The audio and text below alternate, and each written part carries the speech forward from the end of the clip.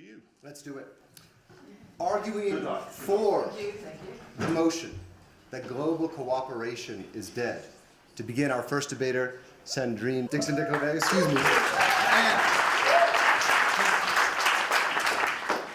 Sandrine's daughter is a Belgian pop star. And please, Rachel, we're sharing a mic right now. Very good one. Rachel Kyte, who once carried an ashtray catching the ashes of a cigarette of the royal family. We'll leave it to you to guess who. The ashes. I worked for the royal family, with the royal family. Yes, it was his aunt. Sandrine. Sandrine, the floor is yours. You may begin. Thank you. Now, Mr. Moderator, first of all, ladies and gentlemen and dear jury, we do not need to offer you roses. We offer you wisdom. We offer you knowledge. We offer you experience of why this motion is absolutely essential, which is, yes, indeed, global cooperation is dead today. Very important, but no longer fit for purpose. And I will lead you through 5 key points. Point number 1, global cooperation is dead because it fails to acknowledge what is needed for the rest of the world. And the rest of the world is most of the world, and they are in power today. Let us look at the stark reality that the world today is becoming more multipolar and less multilateral. At a time when we need most global cooperation is actually relapsing into a neo-Hobbesian state of nature characterized by a dangerous cocktail of confrontational politics, zero-sum games, and neoliberal concentration of power in the hands of a few, and no distribution of wealth in the hands of the many. International institutions are not holding the space anymore, because of the paralysis beset by the Western hegemony. Global cooperation is not reflecting the reality of shifting geopolitics. It is not reflecting the world today. That is point number 1, ladies and gentlemen. Now let me move on to point number 2, if you didn't get the picture through number 1.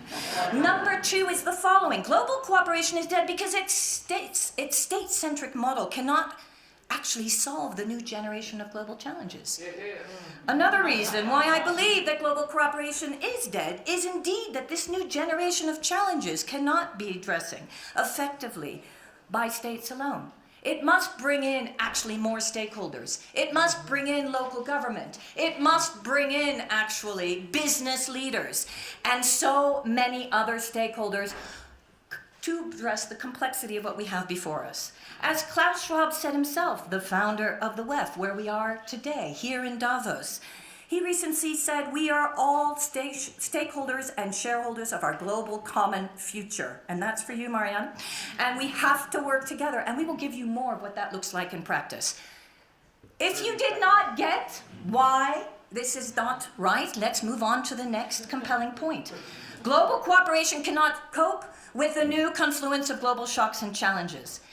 And in particular, it can no longer function in an institutional sense and support current conflicts coming out of the pandemic and the climate situation that we have before us. So I will close with this very important statement. Even Antonio Guterres, the Secretary General of the UN, says himself, will we succumb to chaos, division, and inequality, or will we right the wrong of the past and move forward together for the good of all in a new type of international cooperation? Thank you. Thank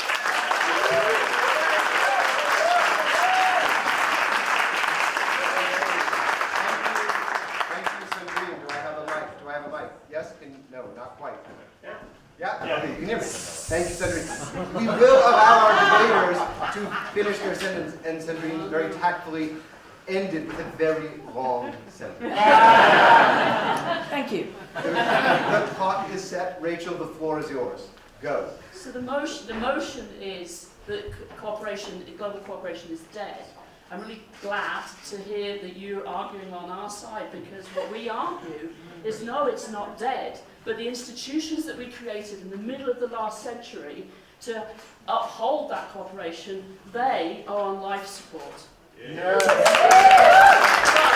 If you talk to the Rwandan farmer who who's losing all of his coffee because he can't get it to market, the solution for him or her is not in the WTO, it's not in the IMF, it's not in the World Bank, it's not in any of these august institutions, it's in a logistics and trade private company in Dubai that has figured out how to support the port in Mombasa, how to shrink the time to get that coffee to Mombasa in half, and how to provide cold storage to that farmer.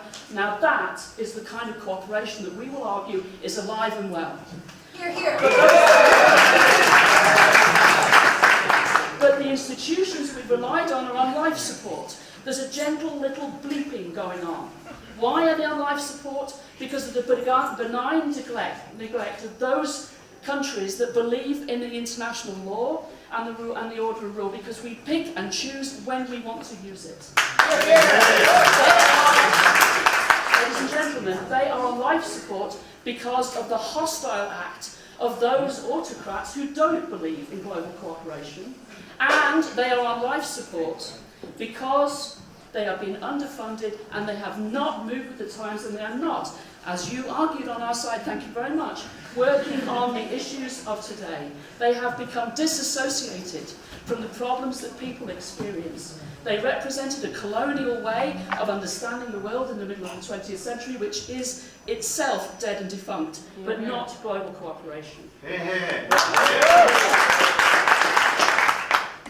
What we see at the moment is an attempt to layer over these institutions something that would make them look more modern, without the root and branch reform that they need. We're putting women in charge of international organisations, brilliant women, but it's like putting lipstick on a pig unless you do something about the elected leaders that form the member states that make the choices of what those organisations can and cannot do to respond to this particular moment. And so I'm going to argue, and my colleagues will give you precise examples of why global cooperation is alive and well, and it's a workaround because the institutions we built are not fit for purpose for today. They are not helping us today, and we are in desperate trouble unless we take it from life support and nurse it, and look at who nurses everything in the world. Normally women. Thank you.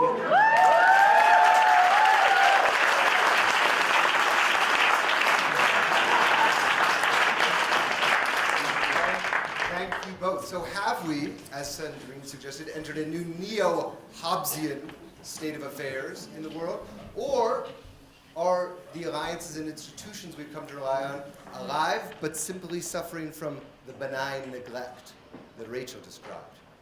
I leave that with you. We move on to our next set of debaters. Alaa and Betty, please join me on stage. Welcome.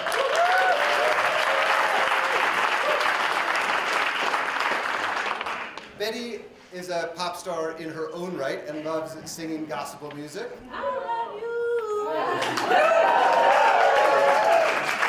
Alaa once managed a men's football team. We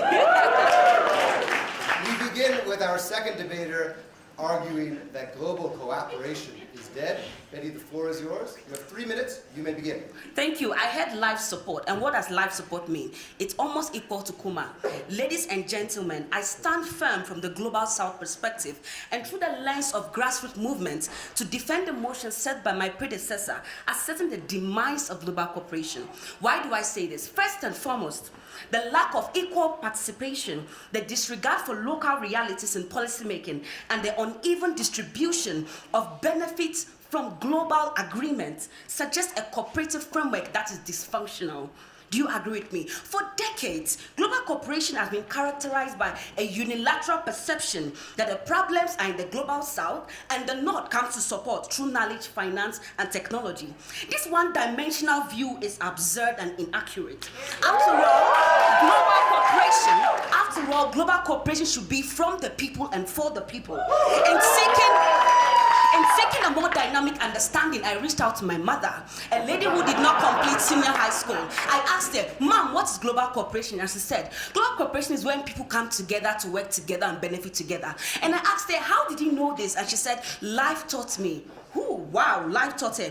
This concept is so fundamental, but then she said something. She said, my daughter, in a very humorous twist, when are you getting married? And I said, Mom, about this later, and she said, now you are not cooperating. This concept is so fundamental that it resonates across all aspects of life, from global platforms to grassroots conversation. She was right. True cooperation should not only benefit the cooperators, but should go beyond those and even those who are not actively cooperating. You agree with me? Otherwise, it becomes a form of compulsion, where those outside the cooperative circle are indirectly manipulated to adhere to what is being done by those being cooperating, which is not right. Consider the examples of waste colonialism, toxic trade, climate change, and where the actions of few have detrimental impact on the lives of many. This is not right. This is why grassroots organizations like Green Africa Youth are advocating for greater inclusion, decision-making access, and amplification of indigenous solutions. If we do not see the manifestation of grassroots movements at the global level, then global cooperation is dead. After all, global cooperation should be from the people and for the people. Say it with me, from the people and for the people. Finally, let's delve into a field dimension of global cooperation with a particular focus on peace and security. The barometer, which they said by World Economic Forum. The ongoing conflict in Democratic Republic of Congo, Mali, Burkina Faso starkly highlights this failure. The situation is not only a huge problem, but tells us that if we are not able to coordinate ourselves or cooperate internally, intercontinentally, how do we then achieve global cooperation in a global scale? Before concluding,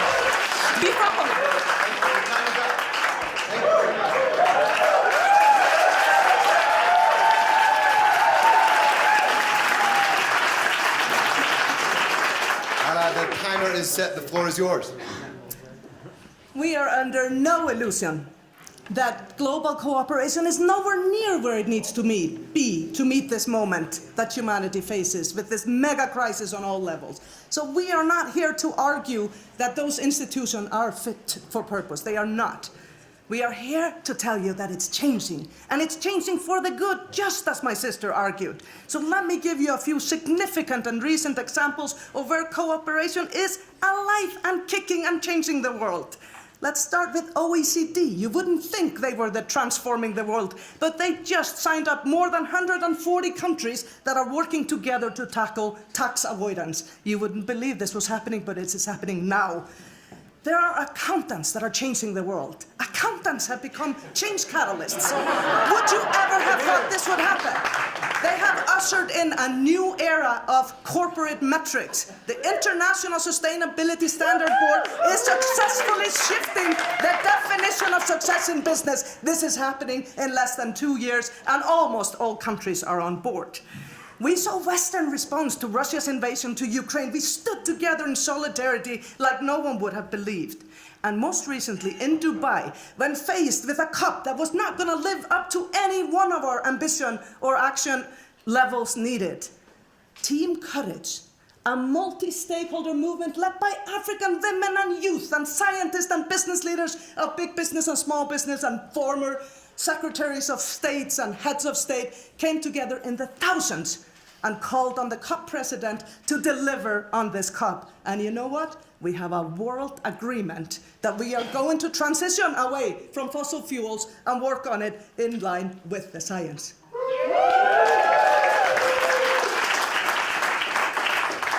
These are all excellent examples. And if the House is arguing that global cooperation is dead, they might as well argue that humanity is dead because we need to work together to deliver this. They can also argue that global business is dead. But you know what? Trade is constantly rising. The supply chains are global. And yes, we've had our challenges, but every day I work with global businesses that are decarbonizing their supply chain, including in your country, Andrew, in Australia, taking human rights and decarbonization very seriously, and these are global issues, and industry is working together.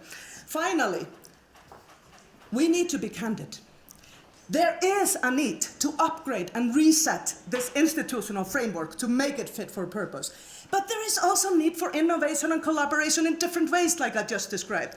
Think about the Bridgetown Agenda, catalyzed by Mia Mottley and lots of other supporters. This is the way we should be working. This is fast, this is agile, this is fit for purpose. Think about the Dandelions set up by my African sisters and sisters church all over the world, dandelions, a global women-led movement for climate justice. We can do this. I invite you to join Team Courage. We choose stubborn optimism, and sisters should never argue that cooperation is dead. Join us.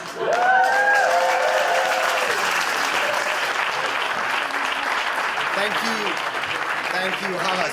So are we to place our faith in Betty's mother? Or are we to believe that accountants are changing the world? The stakes are rising, my friends. For our last pair of debaters, I invite to the stage Mariana Mazzucato and Alaa. Welcome. Mariana will continue and conclude the arguments before our final responses from the judges and then the final remarks, that global cooperation is dead, though it is not dead in Mariana's own home. She produced 4 books in 10 years and 4 children in 5 years. And Alaa is equally productive, having been a devoted fan of Law and Order Special Victims Unit for more than 20 years. I am a legal expert by all measures. Mariana, the floor is yours. You have 3 minutes. You may begin.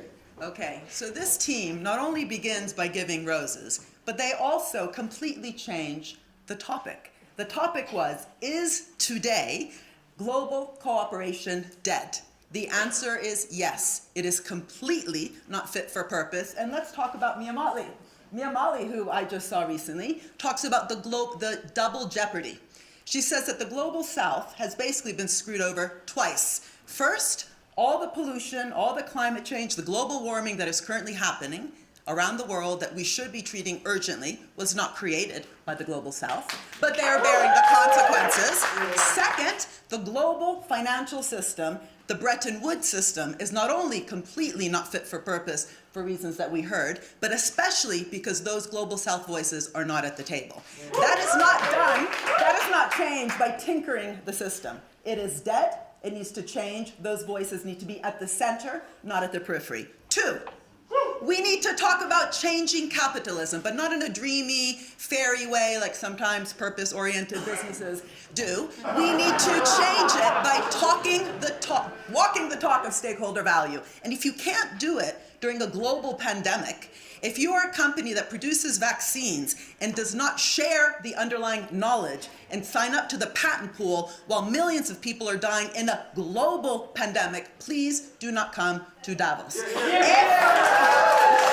you are a philanthropy that makes money through a business model that does not pay tax and does not treat workers very well, so they might have to pee in bottles while they're in white vans, and then with the excess profits sets up a cute little philanthropy on the side, which then comes to Davos or even to the UN, that is not the way we do global cooperation. We change business, we change finance, and we change how they work together. So let's talk about finance. That's my point 3.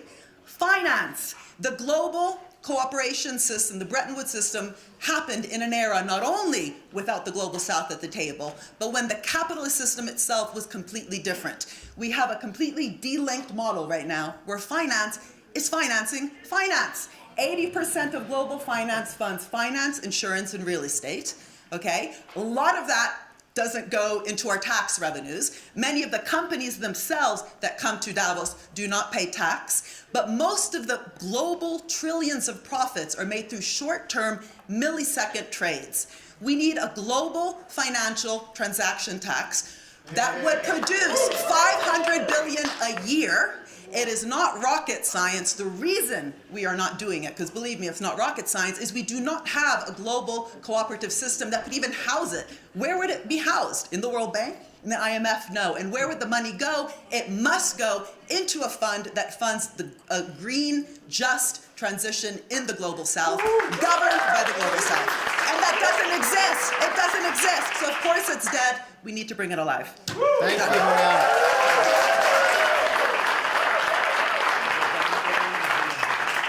The clock is reset for the final argument before we move on to judging and final remarks. Alaa, the floor is yours. You have 3 minutes. Begin. Thank you. So I actually have no idea what my brilliant but completely wrong colleagues are arguing.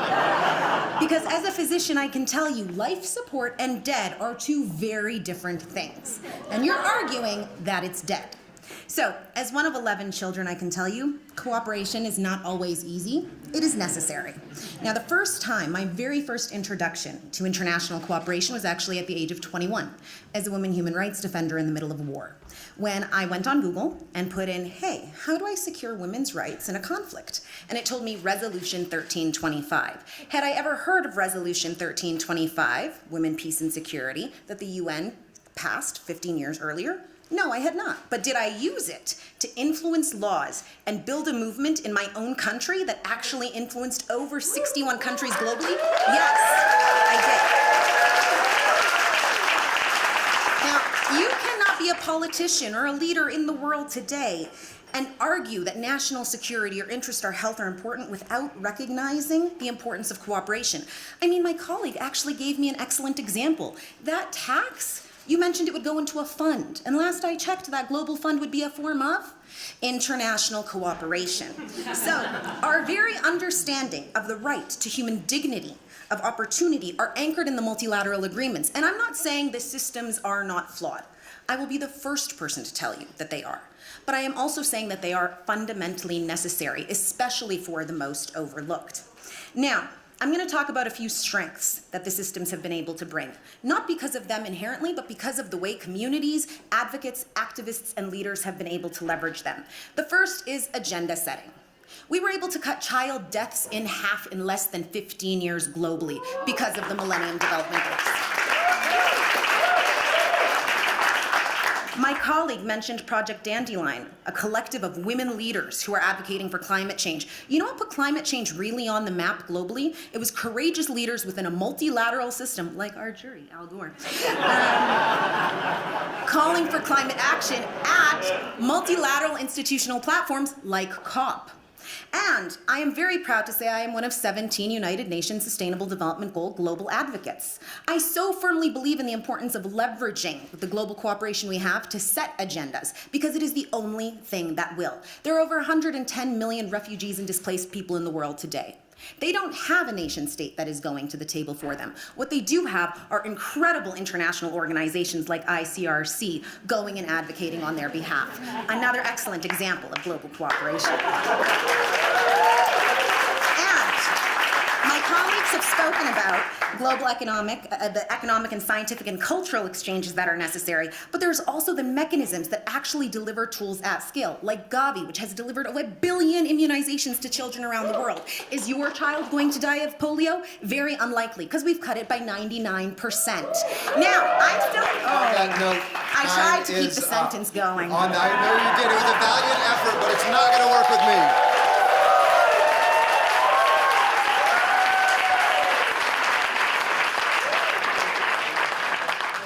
Now, are we to believe that global cooperation is dead because capitalism is broken? Or, as Alaa just articulated, is her own experience proof positive that it is alive and well? These are the questions we're going to ponder in the minutes to come. Just a quick run of show. I'm now going to turn to our judges. We're going to hear brief remarks from 3 of them. At that point, there will be a video played during which our debaters will confer and put forward their final arguments. After that, we will hear closing remarks from Prime Minister de Croo. Thank you for joining us. And at that point, we will conclude with a final vote. Andrew Liveris, please join me on stage. Andrew, former CEO and chairman of Dow, now working both at Lucid and on Saudi Aramco's board. Your reflections. Good idea. Thank you very much. And I will just...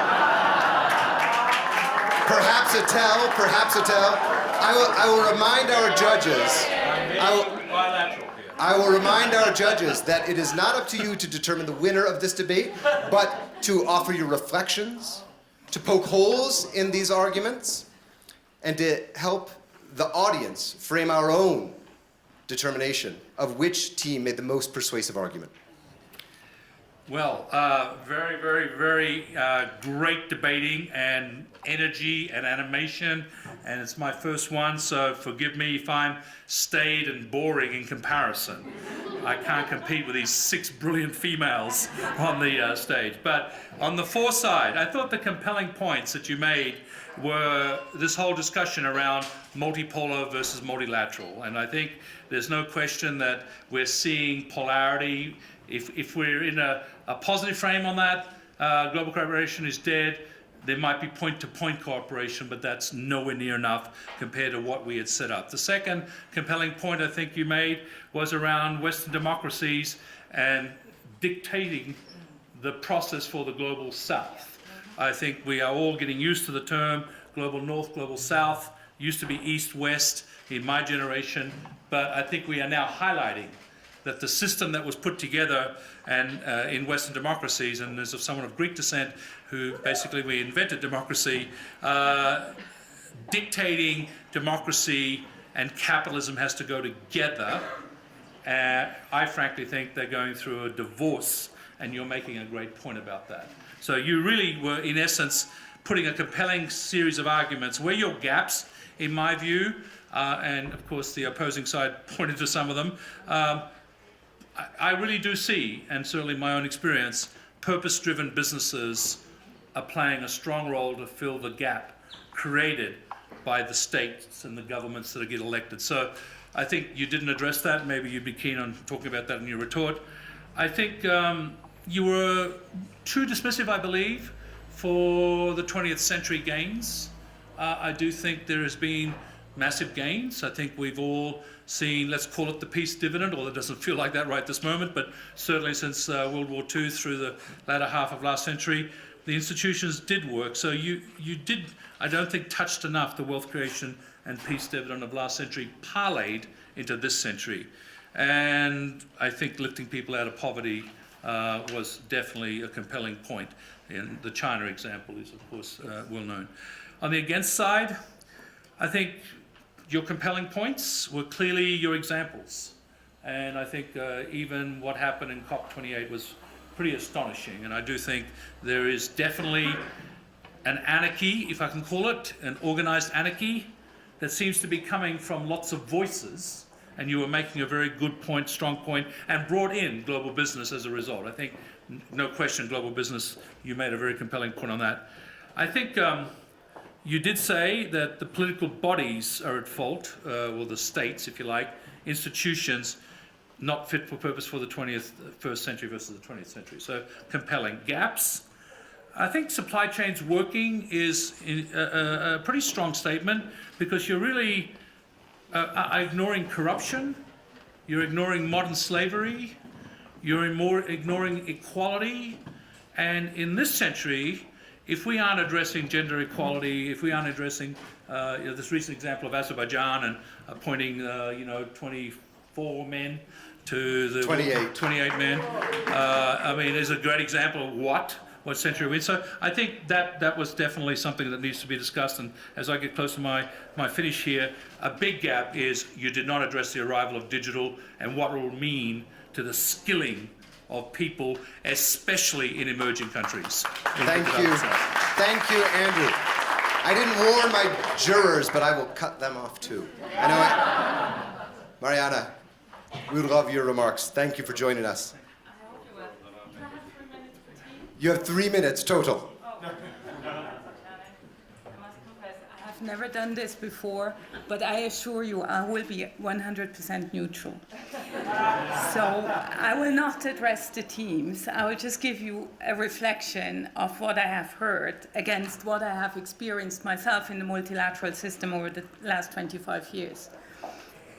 Yes, the global system has to meet the needs of the people, has to be there for the people. If the global system doesn't have an impact on the ground, it's useless. My first meeting at the Economic and Development Council, ECOSOC, I don't even remember what is behind it, didn't give me anything. I didn't even understand what was talked about. It had no relationship for me with the ground. So yes, we need a multilateral system that serves the people. But have you ever considered the fact that it is always easier to criticize than to fix for everyone. And once you dismantle something, you have a hard time rebuilding something. And have you considered that politics cannot be designed? You have 193 states. How do you align them? Because they all have their own agenda, plus the private sector, plus the security sector, plus everyone else that you want to come in. How are you going to rebuild the system in the necessary short time without dropping the ball? Because that system is not perfect, but it is delivering. But it is not delivering up to standard, and there I agree. And I do not like 1325. I profoundly despise it because it hasn't given us anything as women. I mean, we are still hundreds of years away of having equality, both in economics, in security, in politics, everywhere else. And it is true, if women don't control assets, they have no political influence. So what has gone wrong? There's no right or left in the multilateral system. There's no black and white in the multilateral system.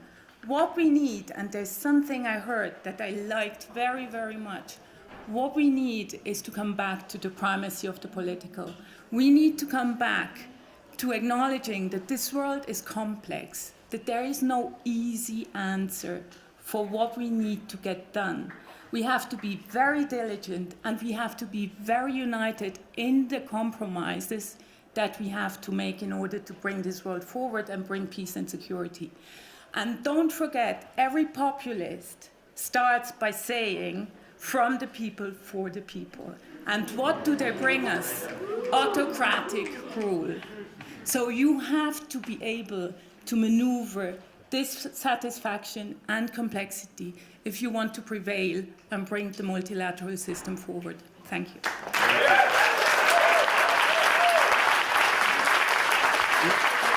Mariana may have never done this before, but I'm here to tell you, you will be on stage as a debater next year. Vice President Gore, please join us on stage.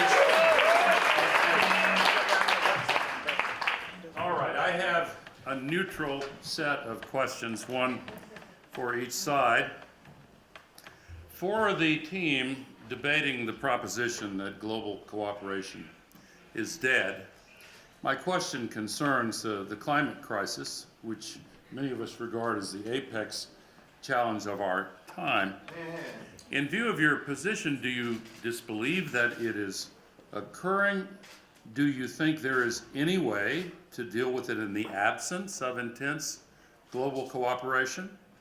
In view of your position that global cooperation is dead, aren't you making a preemptive concession of failure and the destruction of humanity's future in the face of a challenge that we can actually win?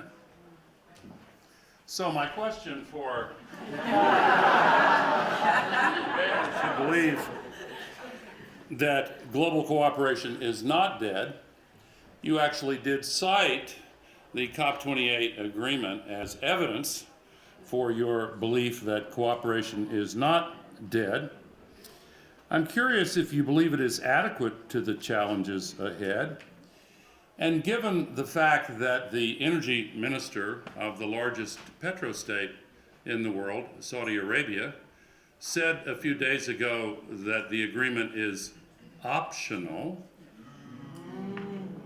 given the fact that the largest fossil fuel companies have, for the most part, announced expansions of their production in spite of the agreement to transition away, given the fact that the ADNOC, state oil company of the host country, began an expansion of 50% in the production of both oil and gas immediately upon the gavel sounding the conclusion of the COP. What do you think needs to be done to redeem your view that global cooperation is not dead?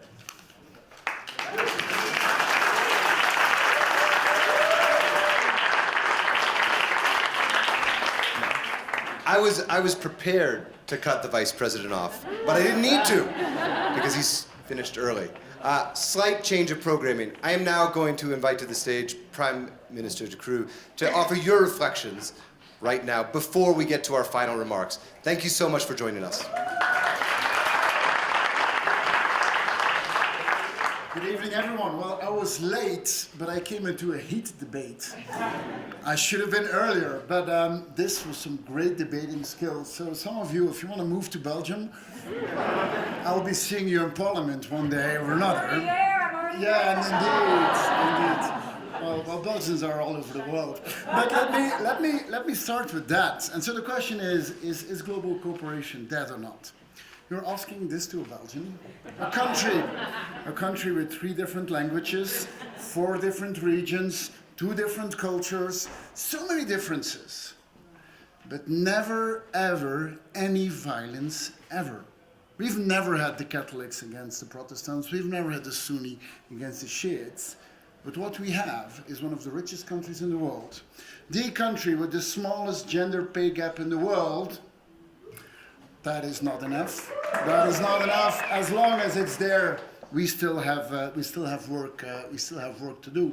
Between ourselves, our cooperation from the moment we are born. Now, that's the point I want to make. Cooperation is not dead.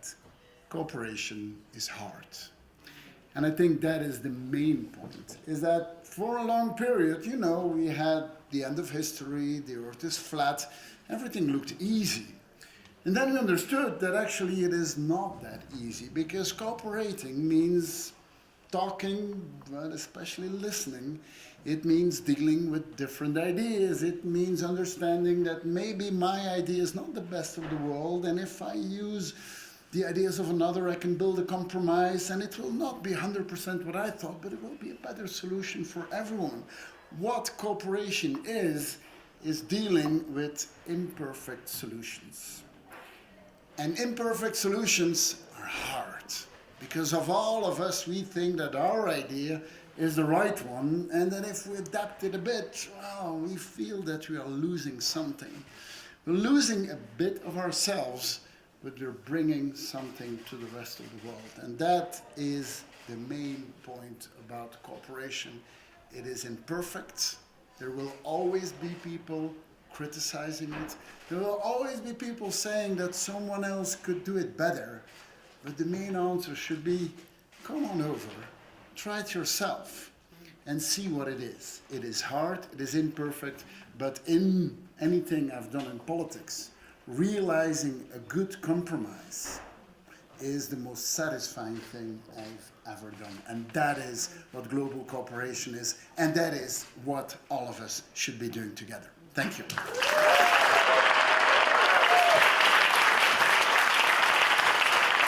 Thank you, Prime Minister.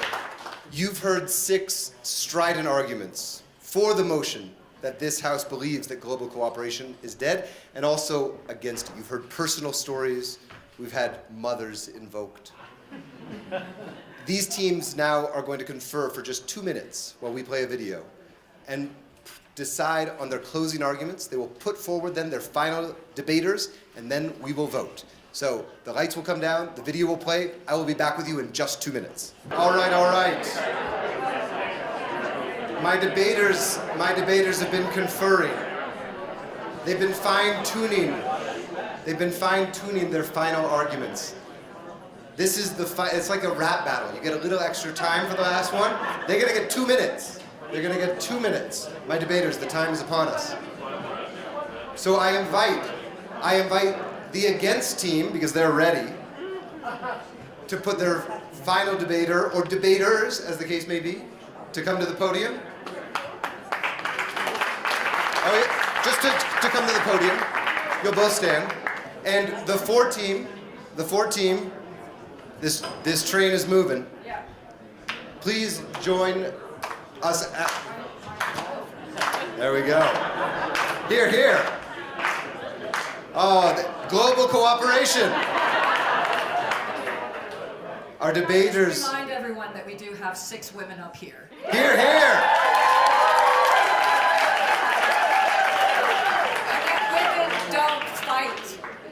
rebuild. I'm not going to count that against your time, but the time is about to begin ticking down. The four team, the timer is going to begin now. Okay, everyone in this room now, let's do one particular exercise. I want you to clap in sync to demonstrate an exercise. 1, 2, ready, go. Stop. You failed. And that is what, so now look at yourself and make sure that you clap together.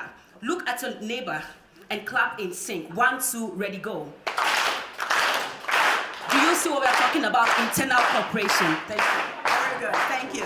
So again, what was the argument? It is dead in its current form. The current type of economics that we have underlying not just the Bretton Woods system, but how the IMF works with other actors, is currently based on this notion of public goods. It sounds good, one word is good.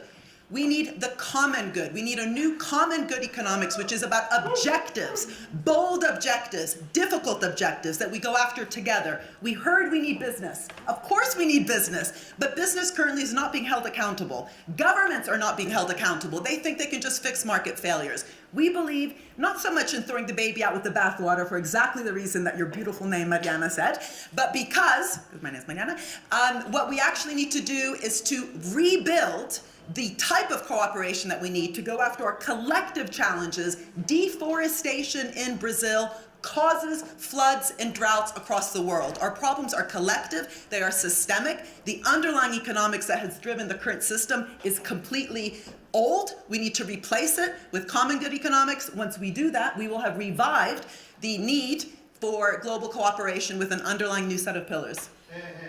For the moment, ladies and gentlemen, we are in the worst planetary crisis. The international cooperation that we have today has not solved that planetary crisis, whether it be climate change. We saw the flaws with regard to COVID. We have more wars and conflicts than we've ever had since the Second World War.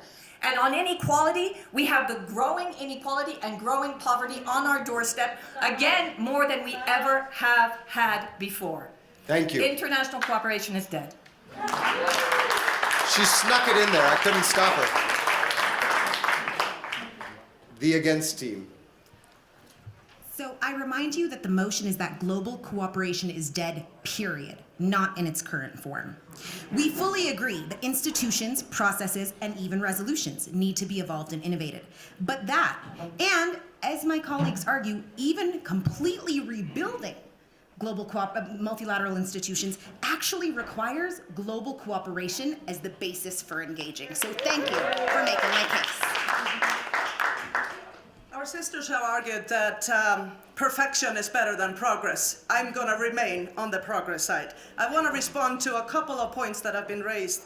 First of all, by Andrew on gender equality. We have no doubt that women hold the key to a livable world, which is why we're all rising to oppose 28 men designing the future of the world at the next COP. No doubt about that. And to your Honorable Vice President Gore, we need a price on carbon and a price for the services that nature provides and the global south is largely holding in their hands now. So we have no doubt that we have work to do.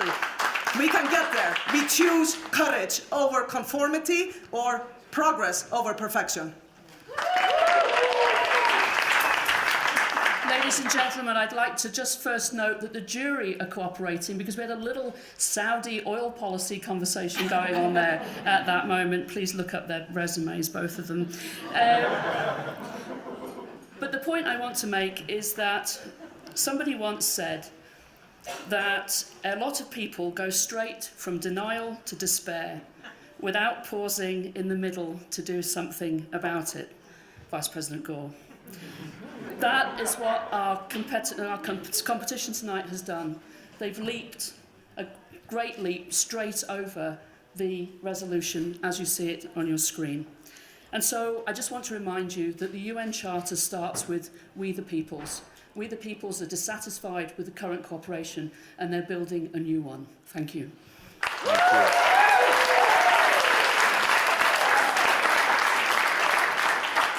You may take your seats. You may take your seats. I could not have asked for 6 better debaters. Could we all give them another round of applause?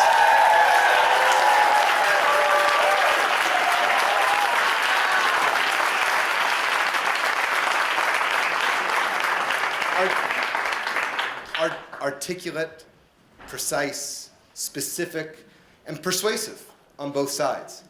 And yet now we all have the most difficult decision, perhaps, of Davos to make.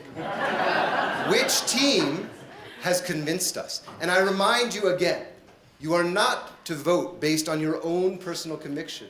This is an exercise in determining which of these two extraordinary teams was most persuasive in making their argument. So let's begin.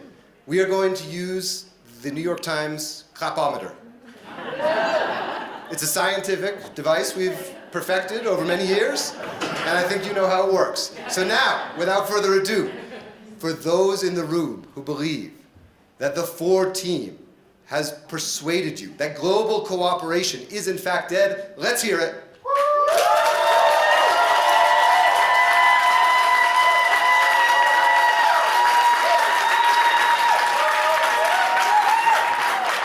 Okay. Who in this room will support the Against team?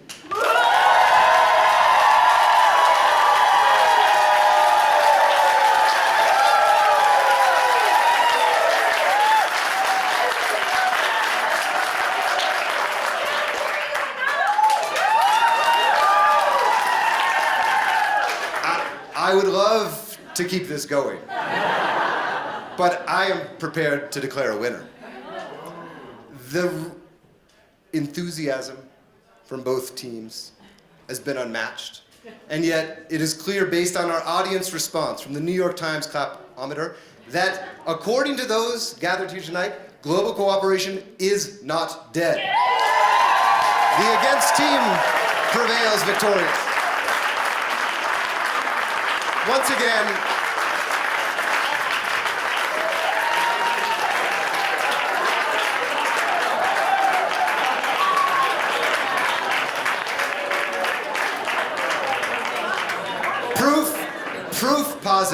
proof positive right there.